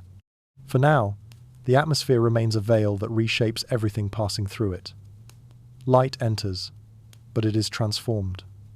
It loses its clarity, its timing, its ability to define a cycle. What reaches the surface is only a fragmented version of what was sent. And so the question lingers, growing more persistent with each passing moment. If the source of light has never changed, then what must change for the light to finally arrive in a way that can be trusted? As the answer begins to take shape, attention turns away from the sky and towards something far more delicate. Because within this unstable world, life has already begun to emerge, and it must find a way to exist within conditions that offer no reliable signals. Long before life could follow a rhythm, it existed in a state that had no memory of repetition. The smallest forms of life emerged quietly within this unstable world, not as thriving systems guided by patterns, but as fragile processes responding to whatever conditions happened to exist in each moment. There was no sense of before or after, no expectation of what might come next. There was only presence. When light appeared, these early forms responded. Energy was absorbed, reactions were triggered, and for a brief time, something resembling growth could begin. But the moment the light faded, those processes would slow or stop entirely, unable to continue without the conditions that had briefly supported them. There was no preparation for its return, because there was no certainty that it would return in any recognizable way. Each moment stood alone, disconnected from all others. There was no accumulation of experience, no gradual refinement of behavior. Life could not learn, because learning depends on repetition, and repetition did not yet exist. The environment offered no consistent signals, no patterns that could be recognized and used. Everything changed too often, too unpredictably, for any stable response to form. In this world, survival was not guided by strategy. It was governed by chance. If conditions aligned, even briefly, life could continue. If they shifted too quickly, those fragile systems would collapse without warning. There was no advantage in anticipation, because anticipation requires something to anticipate. There was only reaction, immediate and unprepared. This creates a quiet tension, one that is not immediately obvious but becomes impossible to ignore. Life is present, yet something essential is missing. The ability to adapt, to improve, to evolve beyond simple response, none of it can fully take hold without a world that repeats itself. Without cycles, there is no framework for change to build upon. It is here that the narrative begins to turn inward, becoming more reflective.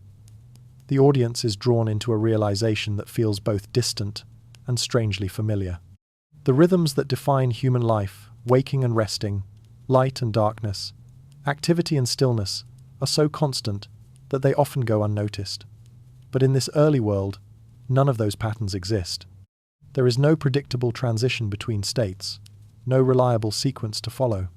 Imagine existing in a place where the concept of a day has never formed, where light does not signal the beginning of something, and darkness does not mark its end, where every moment arrives without connection to the last, and leaves without shaping the next. It is not simply a different environment. It is a different kind of existence, one where time has no structure. And yet, beneath this absence, something subtle is beginning to take shape. The same processes that create instability are also slowly moving toward balance. The atmosphere shifts, the surface cools, the interactions between elements become slightly more coordinated with each passing phase. It is not enough to create a pattern, not yet, but it is enough to suggest that one may eventually emerge. Life, though unaware, exists on the edge of this transformation. It continues to respond, to endure, to persist within a world that offers no guidance. But if the environment were to change, even slightly, if the light were to return in a way that could be recognized, everything would be different. Because the moment the world begins to repeat itself, life will no longer be limited to reaction. It will begin to adapt, to anticipate, to align with something greater than the present moment. And in that shift, something entirely new will emerge. For now, that possibility remains hidden, buried within a system that has not yet found its rhythm. But the question lingers, growing more defined with each passing moment. How can life truly become something more if the world it depends on never repeats itself? Long before life could observe the world in any recognizable way, something quieter was already unfolding beneath the surface of its processes. The rhythm of light and darkness, repeating with steady persistence, began to shape more than behavior. It began to shape perception itself. At first, life did not see the world. It responded to it. Light was not something to observe, but something to react to. It triggered changes, initiated processes, and influenced outcomes in ways that remained entirely bound to the present moment. But as the cycle repeated, something subtle began to emerge within those reactions. Life started to sense not just the presence of light, but its timing. The difference is almost imperceptible, yet it carries profound meaning. Instead of reacting only when light appeared, certain processes began to shift in anticipation of its return. Chemical systems adjusted their activity in ways that aligned not only with what was happening, but with what had happened before. The repetition of the cycle created a memory without awareness, a pattern that could be followed even in the absence of direct signals. This is where perception begins. Not as sight, not as recognition in the way it will later be understood, but as sensitivity to change over time. The ability to detect differences in brightness, duration, and sequence becomes embedded within living systems. Each cycle reinforces these sensitivities, refining them, strengthening them, making them more consistent. Perception is not introduced suddenly, it is trained. The environment, through its repetition, teaches life how to respond in ways that extend beyond immediate conditions. Light does not need to be present for its influence to be felt. The pattern itself becomes a guide, shaping internal processes in a way that reflects the external rhythm. There is no awareness of this training, no understanding of what is being learned. But the effect is undeniable. Life begins to distinguish between phases, to align itself with transitions, to respond not just to what is, but to what is becoming. This creates a quiet shift in the nature of existence. The world is no longer experienced as a series of disconnected moments. It begins to carry continuity, a sense that one state leads into another in a way that can be followed. Even without vision, even without conscious thought, life begins to recognize sequences. Before anything could see the light, it learned to feel when it was coming. This realization changes how the emergence of awareness is understood. It does not begin with sight, with the ability to observe the environment directly. It begins with timing, with the ability to detect patterns that repeat across cycles. The earliest form of awareness is not about seeing what is present, but about sensing what is about to happen. This sensitivity becomes the foundation for everything that follows. As the cycle continues, these internal responses grow more refined. Systems become better at aligning with transitions, better at adjusting to changes in duration and intensity. The distinction between light and darkness becomes clearer, not just as conditions, but as phases within a sequence. And within that sequence, life begins to build the earliest framework for interpreting the world. The tone of this transformation is quiet, almost reflective. It does not demand attention, yet it reshapes the way life interacts with its surroundings. The environment is no longer something that happens without structure. It becomes something that can be followed, something that carries meaning through repetition. This invites a deeper question. one that extends beyond the distant past. If perception is shaped by cycles, if awareness begins with repetition, then how much of what is experienced now is still guided by that same rhythm? How much of the present depends on patterns that were established long before awareness fully formed? The connection is subtle, but it remains. The same cycle that once trained the earliest forms of life continues to influence perception in ways that are often unnoticed. It shapes how changes are recognized, how transitions are understood, how the flow of time is experienced. And as this sensitivity to rhythm continues to develop, it leads to something more direct, something that transforms perception from an internal alignment into an external connection. Because once life can sense the timing of light, the next step is not just to anticipate it, it is to detect it. At some point within this long unfolding, the relationship between life and light begins to change in a way that is no longer hidden beneath internal processes. What was once sensed indirectly, through timing and repetition, starts to be detected more directly. Not as images, not as shapes or colors, but as something simpler and more immediate. The presence of light, the absence of light, the difference between the two. Early structures begin to form within living systems that are sensitive to brightness. These are not eyes in any recognizable sense.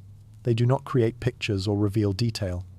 They respond only to intensity, to the increase or decrease of light within the environment. Yet even this simple ability transforms everything. For the first time, light becomes something that can be detected as it happens. No longer does life rely solely on the rhythm carried within it. It begins to connect that internal timing with direct signals from the outside world. The return of light is not only anticipated, it is confirmed. This confirmation creates a new layer of interaction. Light is no longer just a condition that triggers reactions. It becomes information. The difference is subtle, but profound. Instead of responding passively to whatever is present, organisms begin to adjust their position, their activity, their behavior based on what they detect. A change in brightness can signal a transition, a shift in phase, an opportunity to act or to remain still. The environment begins to take on meaning. Brightness indicates one set of conditions, darkness another. The movement between them is no longer something that must be inferred entirely from internal rhythms. It can now be sensed, tracked, followed. This allows life to align itself with the cycle more precisely than ever before. Processes that once depended on rough timing can now adjust in real time. Activity can increase as light intensifies, decrease as it fades. Movement becomes more directed, more coordinated with the conditions that support it. The connection between life and its surroundings grows stronger, more immediate. And yet, this development is not driven by a desire to see.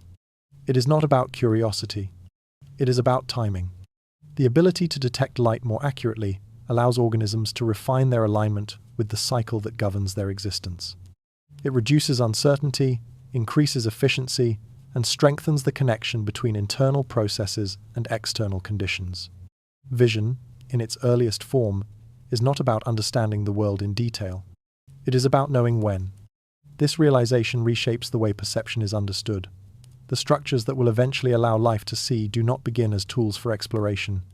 They begin as tools for synchronization, ways to connect internal rhythms with external signals in a more precise way. The simplicity of these early systems carries within it the potential for something much greater. Each improvement in sensitivity, each refinement in detection, adds another layer to the way life interacts with light. Over time, these layers will build upon one another, leading to the complex sensory experiences that define later forms of life. But at this stage, the transformation remains focused and specific. Light has become something that can be understood, not in the sense of interpretation or awareness, but in the sense of connection. It is no longer just something that happens to the environment. It is something that life can respond to with increasing precision, something that shapes behavior in ways that extend beyond simple reaction. The world begins to feel more defined, not because it has changed, but because life can now detect its changes more clearly. And as this ability continues to develop, it does not remain isolated within individual systems. It begins to influence how life moves, how it interacts, how it positions itself within the environment. Because once light becomes information, the next step is not just to detect it. It is to act upon it in ways that transform behavior itself. As light becomes something that can be detected and followed, behavior begins to change in ways that are no longer simple reactions. Movements that once occurred only in response to immediate conditions start to take on a new quality, one that feels directed, almost purposeful, even though no awareness guides it. Organisms begin to move toward light. Not randomly, not by chance, but in a consistent direction that aligns with increasing brightness. When light fades, some begin to withdraw, shifting their position in response to the changing environment. These movements are small, often slow, but they are no longer without pattern. They follow something. Timing becomes more precise. Actions that once occurred only when conditions were fully present now begin to occur just before or just after key transitions. Processes start earlier, continue longer, adjust in ways that suggest a connection not just to the present moment, but to the sequence of moments that surround it. The difference is subtle, yet it changes everything. Behavior begins to appear intentional, not in the sense of conscious choice, but in the sense of direction. Life starts to act in ways that seem guided, as though it is selecting when and how to respond based on more than immediate stimuli. The alignment between internal rhythms and external signals creates actions that feel coordinated, even though they arise from simple systems. This is where the illusion of purpose begins. An organism moves toward light, and it appears as if it is seeking it. It withdraws into darkness, and it seems as if it is avoiding something. It adjusts its activity with timing that reflects the cycle, and it looks as though it is making decisions. But beneath that appearance, there is no intention as it will later be understood.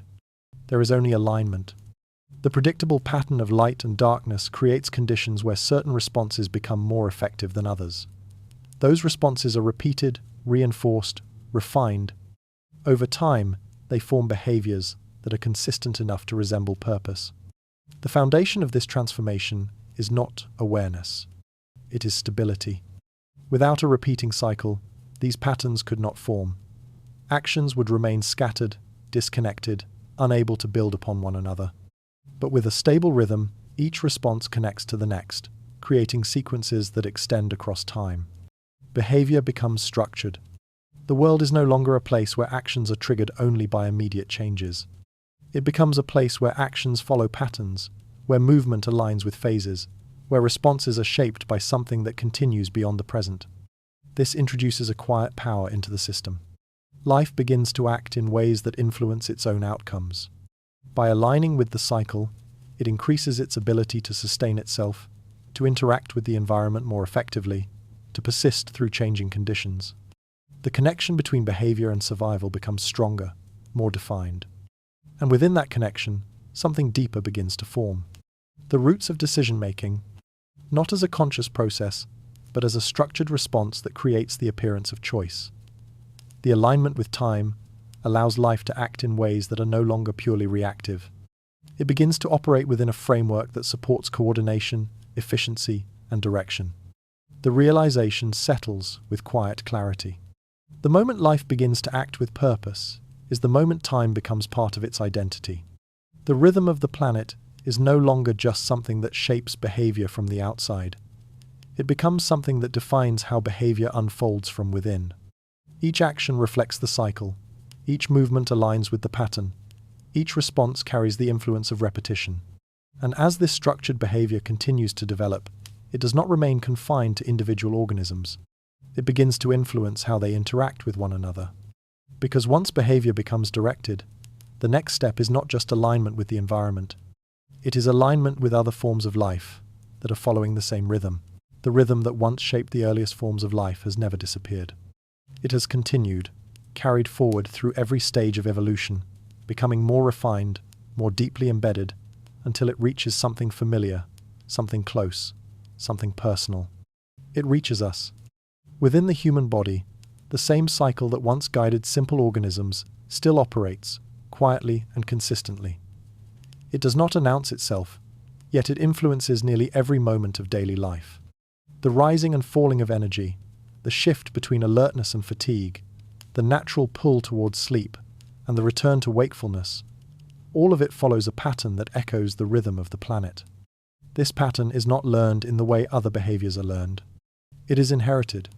From the earliest stages of life, through countless generations, The alignment with light and darkness has been preserved, carried within biological systems that continue to function according to that ancient structure. The body does not need to be taught when to rest or when to become active. It already knows. There is a timing within it. This internal timing shapes how the body moves through each day. As light returns, processes begin to shift. Alertness increases, systems prepare for activity, energy becomes available in ways that support movement and interaction. As darkness follows, a different transition begins. The body slows, processes adjust, preparing for rest, for recovery, for the continuation of the cycle. These changes feel natural, so natural that they are often unnoticed. Yet, they are not random. They are not simply responses to immediate conditions. They are guided by an internal rhythm that mirrors the cycle of the earth, a pattern that continues even when external cues are reduced or altered. The realization begins to take shape quietly. What feels like personal experience is part of something much older. The same rhythm that once allowed life to begin adapting to predictable light now exists within every human being, shaping behavior in ways that are both subtle and constant. The sense of waking, the gradual rise of energy, the natural decline that leads toward rest. These are not isolated experiences. They are echoes. Echoes of a pattern that began long before humans existed, long before complex life emerged, carried forward through time, and embedded within the systems that define how the body functions. This connection changes the way daily life is understood. Moments that seem ordinary begin to carry a deeper meaning. The feeling of alertness in the morning, the shift in focus during the day, the quiet pull of fatigue as night approaches, each of these reflects an alignment with something that extends far beyond the present moment. The body is not separate from the planet. It is synchronized with it. This synchronization is not perfect, not absolute, but it is persistent. Even in environments where artificial light alters the natural cycle, even in conditions that disrupt external cues, the internal rhythm continues to operate, maintaining a connection to the pattern that shaped its origin. There is something almost hidden in this realization. The body carries knowledge that does not feel like knowledge. It operates according to a rhythm that was formed long before conscious awareness, guiding behavior in ways that feel instinctive, automatic, and deeply familiar. It does not need to be understood to function, yet it connects the present to a distant past in a way that is continuous and unbroken. The tone becomes more intimate, more reflective. The story is no longer about distant systems or ancient conditions. It becomes about something that exists within every moment of human experience. The rhythm of the planet is not something external, something that can only be observed from a distance. It is something that lives within. And as that realization settles, it opens the path to a new question. If the body carries this rhythm, if it follows a pattern that began with the first stable sunrise, then what happens when that pattern is observed, measured, and understood? Because once humans begin to recognize time, the next step is not just to follow it, it is to define it. As the rhythm of the earth continued to guide life from within, humans began to do something no other form of life had done before. They started to observe that rhythm from the outside. At first, this observation was simple. Light returned, and darkness followed. Shadows stretched and shortened. The sky shifted in ways that repeated with enough consistency to be noticed. Early humans did not yet measure time, but they began to recognize its patterns. They saw that certain moments led to others, that change followed a sequence, that the world moved in a way that could be anticipated. This recognition marked a subtle turning point. Time was no longer only something experienced. It became something observed. From this observation came the first attempts to define it. Natural cues became markers. The position of the sun, the length of shadows, the transitions between light and darkness all began to serve as ways to track the passing of moments. These markers did not change the rhythm itself, but they allowed humans to align with it more consciously. Over time, these observations grew more precise. Moments were divided. Cycles were counted. The continuous flow of light and darkness was broken into segments that could be named, remembered, and shared. What had once been an unbroken sequence became something structured, something that could be organized. Days were no longer just experienced. They were measured. This measurement created a new relationship between humans and time. It allowed for planning, for coordination, for the ability to act not only in response to the present, but in preparation for the future. The rhythm of the planet was still there, still guiding behavior from within. But now it was also being interpreted through systems created by human thought. Calendars began to form. Cycles were tracked across longer spans. Time became something that could be divided into units, arranged into sequences, and used as a framework for organizing life. What had once been a natural flow became something that could be controlled, at least in appearance. But beneath this structure, something remained unchanged. The rhythm itself. No matter how precisely time was measured, no matter how carefully it was divided, the underlying cycle of light and darkness continued to operate as it always had. The body still responded to it. Energy still rose and fell with its phases. The internal sense of time remained aligned with a pattern that existed beyond human systems. This creates a quiet tension.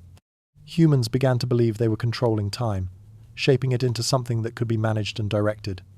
Yet the systems they created were built upon a rhythm they did not control, one that continued to influence them regardless of how it was measured.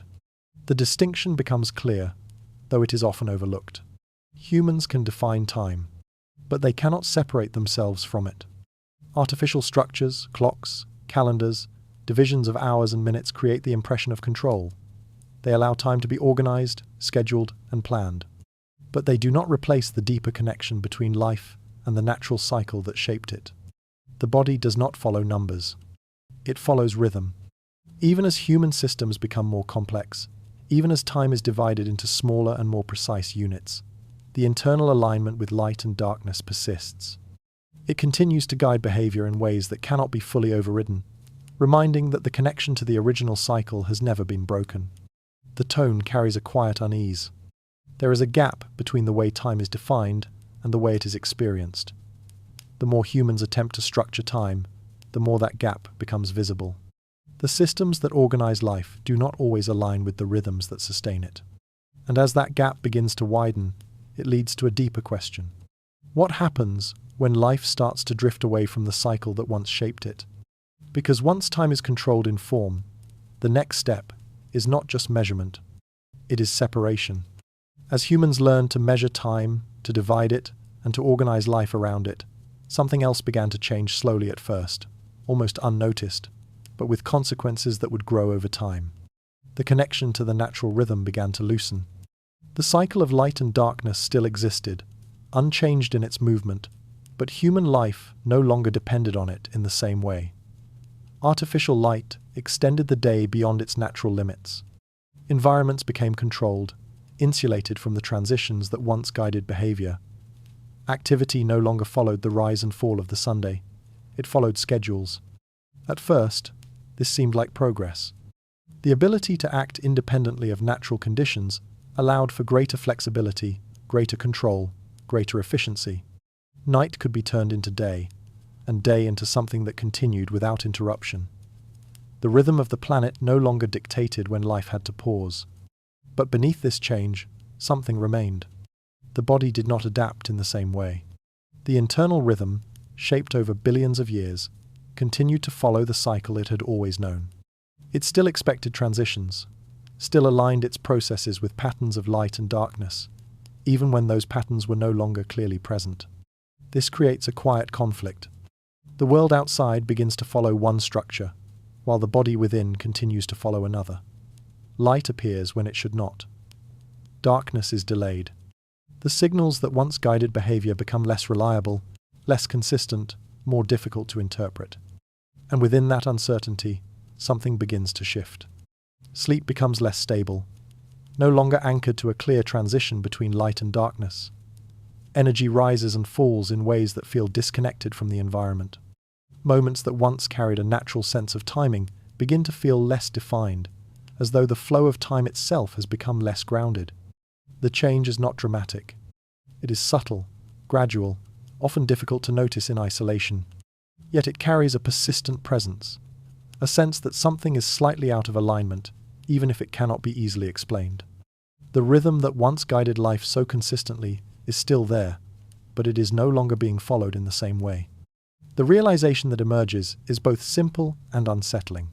Despite all the changes in the environment, despite all the systems created to measure and control time, the human body has not changed its fundamental connection to the cycle.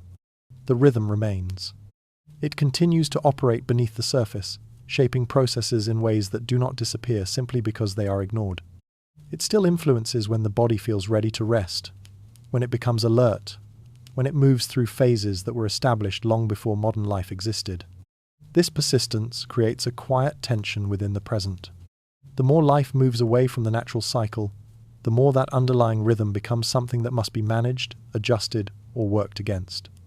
The alignment that once occurred automatically now requires effort, awareness, or sometimes remains unresolved. The tone shifts slightly, not toward alarm, but toward reflection. There is no sudden collapse, no immediate consequence that demands attention. Instead, there is a gradual sense of disconnection, a subtle distance between the way life is lived and the pattern that once shaped it so completely. The world has changed, but the rhythm has not. And in that contrast, something becomes clear. The cycle that guided the earliest forms of life is not something that can be removed or replaced. It is embedded too deeply, carried too far through time to simply disappear. It continues to define how life functions, even when it is no longer the primary guide for behavior. This understanding leads to a deeper question.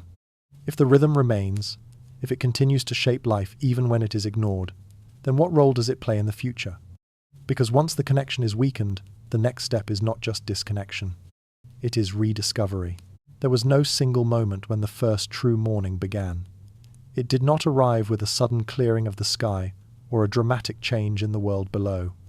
Instead, it emerged slowly, almost unnoticed, as the returning light began to follow a sequence that could finally be recognized. Darkness no longer vanished without warning. It softened, gradually giving way to a dim glow that grew stronger with each passing phase. At first, the horizon would lighten in a way that felt uncertain, as if the world itself was testing whether the pattern would hold. The glow would spread, not instantly, but with a steady expansion that revealed more of the surface as it moved. Oceans reflected the faint light before it intensified, and land began to take shape beneath it, no longer appearing and disappearing at random. This was something new. Light was no longer an interruption. It was a transition. The difference is subtle, but it changes everything. Instead of arriving abruptly, brightness now unfolds. It begins in one place, grows across the world, and settles into a presence that lasts long enough to be experienced. The sequence repeats, not perfectly, but with enough consistency that it begins to feel familiar. And with that familiarity comes something the world has never known before, a sense of structure. The planet itself begins to respond differently. As light returns in a more predictable way, temperature shifts begin to follow its pattern. Warmth builds gradually, rather than appearing in sudden bursts. The surface absorbs energy in a way that carries forward from one phase to the next, allowing changes to develop over time instead of collapsing immediately. Chemical reactions, once scattered and inconsistent, begin to align with this new rhythm. Processes that depend on light now have the opportunity to continue long enough to stabilize. The environment, which once fluctuated without sequence, starts to move through phases that connect to one another. There is an invisible order forming, one that does not need to be seen to be felt. For the first time, the world begins to separate itself into moments that belong together. There is a beginning to light, a middle where it reaches its full presence, and an end where it fades again. Each phase leads into the next, creating a flow that repeats with increasing clarity. This is more than a visual experience. It is the emergence of time as something that can be sensed. The idea of before and after begins to take shape within the environment itself. Light does not simply appear, it arrives after darkness. Darkness does not simply return, it follows light. The connection between these phases creates a relationship that can be recognized, even by systems that do not understand it. And within that relationship, life begins to encounter something entirely new. The early biological processes that once reacted only to immediate conditions now exist within a world that offers continuity. The returning light is no longer a surprise. It becomes part of a sequence, something that follows a pattern, even if that pattern is not yet perfect. The question arises quietly, almost naturally. When the light begins to return in this way, how does the world seem to recognize it? How do processes begin to align with something that is still forming? The answer is not found in awareness, but in repetition. The consistency of the pattern allows even the simplest systems to adjust, to respond not just to what is present, but to what is becoming familiar. The first true mornings are not defined by precision. They are defined by recognition. The horizon brightens in a way that resembles what has happened before. The light spreads in a sequence that echoes previous cycles. The environment shifts in response, carrying forward the effects of each phase into the next. And within that continuity, the world begins to organize itself. It is a quiet transformation, one that does not demand attention but reshapes everything beneath it. Because once mornings become recognizable, the world is no longer a place of isolated moments. It becomes a system of connected experiences, guided by a rhythm that continues to strengthen with each passing cycle. And as that rhythm settles more deeply into the structure of the planet, it begins to move beyond the environment itself, reaching into the very processes of life that exist within it. As mornings begin to return with quiet consistency, something within life begins to change in a way that is not immediately visible. The shift does not happen on the surface. It unfolds deep within the smallest processes, where reactions once governed entirely by the present moment start to follow a pattern that extends beyond it. At first, the difference is almost imperceptible. Chemical pathways that once activated only when light was present begin to respond with slight variation. Some reactions start a little earlier, as if preparing for the arrival of light. Others continue a little longer after it fades, holding on to its influence as though expecting its return. These changes are not precise, not coordinated in a perfect way, but they are no longer random. The environment has begun to repeat itself, and life is beginning to reflect that repetition from within. This is where the transformation deepens. Life is no longer simply responding to external conditions. It begins to restructure itself around them. Energy is no longer used only in response to immediate availability. It is managed, conserved, and released in ways that align with the cycle. Processes that once operated independently start to connect, forming sequences that mirror the pattern of light and darkness. There is no awareness guiding this shift, no decision being made. It is a gradual alignment, shaped by the steady influence of repetition. The more consistent the cycle becomes, the more these internal processes adjust to match it. And within that adjustment, something new begins to form. A rhythm, not imposed from the outside, but carried within life itself. This internal rhythm does not perfectly match the external cycle at first. It drifts, it adjusts, it falls out of sync, and then slowly realigns. But its presence changes the nature of existence. Life is no longer bound entirely to what is happening in each moment. It begins to carry a sense of continuity, a connection between past and future that did not exist before. This is the earliest form of internal timing. The significance of this change is easy to overlook because it does not appear dramatic. There are no sudden transformations, no visible markers that separate the old state from the new. But beneath the surface, everything is shifting. Life is becoming synchronized with the planet in a way that was previously impossible. The world and its inhabitants are no longer separate systems reacting to each other. They are beginning to move together. This creates a quiet sense of harmony, one that emerges not from control, but from alignment. The cycle of light shapes the environment, and the environment shapes the processes within life. Over time, those processes begin to anticipate the cycle itself, creating a feedback loop that strengthens with each repetition. And within that loop, a deeper realization begins to take shape. Time is no longer just something that happens outside of life. It is becoming part of life. The rhythm of the planet is being carried into the structure of living systems, embedded in the way they function, the way they respond, the way they endure. It is no longer necessary for light to be present in order for its influence to continue. The pattern has been internalized. This is the foundation upon which all future biological clocks will be built. Not precise, not fully formed, but present in its earliest state. A repeating signal from the environment has created a repeating response within life, and that response has begun to shape behavior in ways that extend beyond immediate conditions. The shift is subtle, but its consequences are vast. Because once life begins to carry time within itself, it gains the ability to organize, to prepare, to align with something larger than the present moment.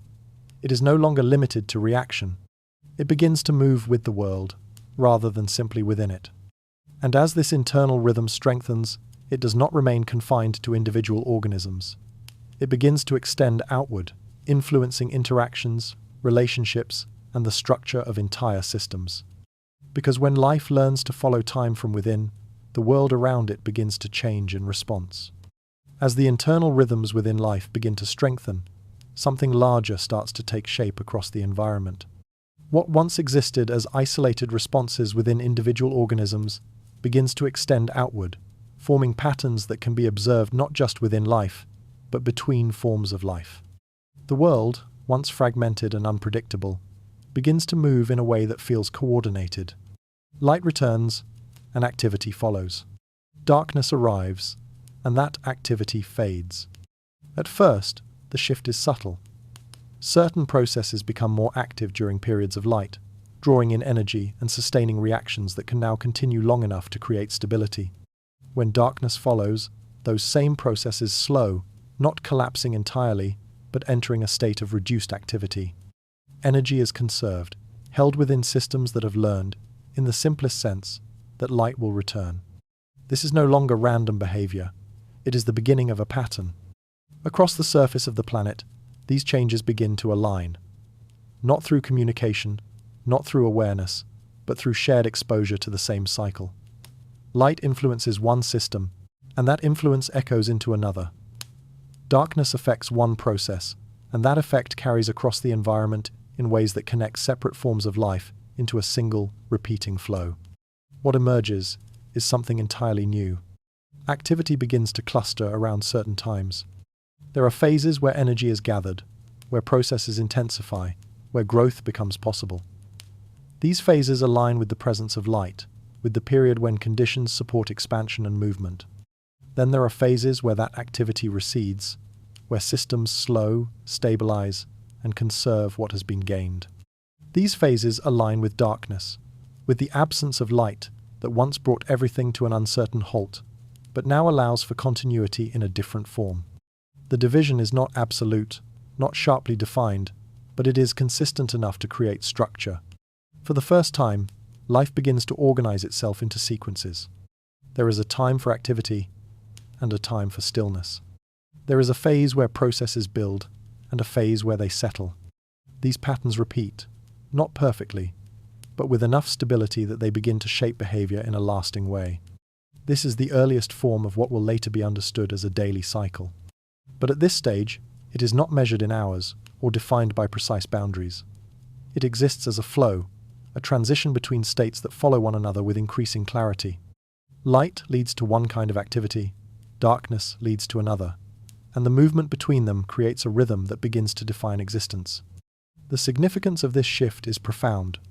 The concept of a day is no longer limited to the rotation of the planet. It becomes something that life itself participates in. A framework that organizes behavior, that shapes processes, that connects individual systems into a larger pattern. Life is no longer simply existing within the world. It is beginning to move with it. This creates a quiet sense of inevitability, as if the world is settling into a structure that will continue to develop and expand. The patterns that form here are not temporary. They are the foundation of something much larger, something that will grow in complexity as life evolves. And within that growth, these early cycles will remain. Every phase of activity, every period of rest, every transition between states traces back to this moment when life first divided itself into patterns that could repeat. The future of Earth begins to take shape here, not through sudden change, but through the steady formation of a rhythm that connects everything within it.